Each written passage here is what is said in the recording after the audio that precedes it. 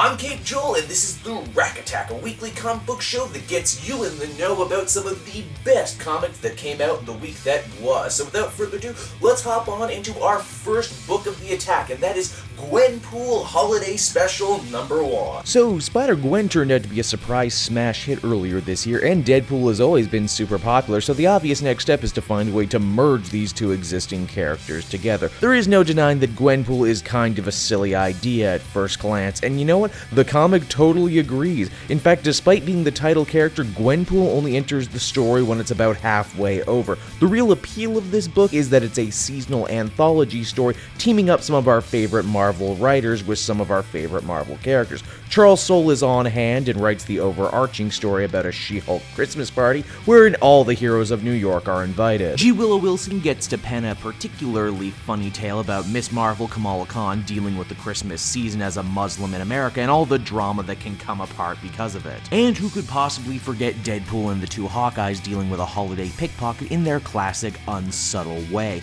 The special issue won't change your life or anything, but if you're in the market for some good-natured seasonal reading, then you should definitely pick this one up. Next up on the Rack Attack for December 9th, 2015, if the shirt didn't already give it away, it's my main man, it's Green Arrow #47. Oliver Queen's adventures in Juarez came to a close in this newest issue. Beyond that, we also get the backstory of the new Green Arrow villain, Jefe, the leader of the Skeleton Cartel. This is some great horror-themed stuff, and it all really speaks to the creativity of the new writing and art team on this book. Sparks also continue to fly between Green Arrow and Tarantula. It certainly doesn't look like Black Canary will be returning to this series anytime soon, so perhaps we could see these two become a new romantic focus?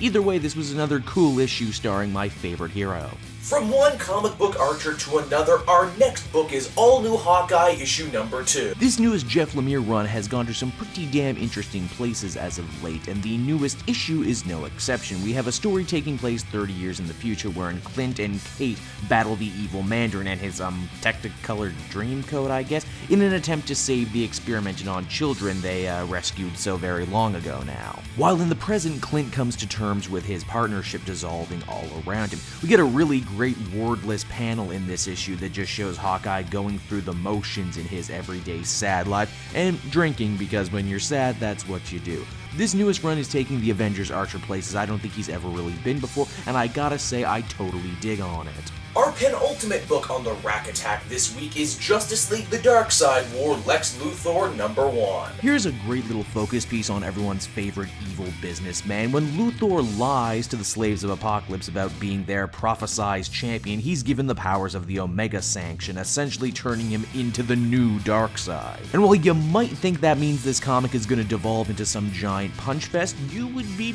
pretty wrong. It's actually a story about Lex re-examining his life and why he has such crippling trust issues.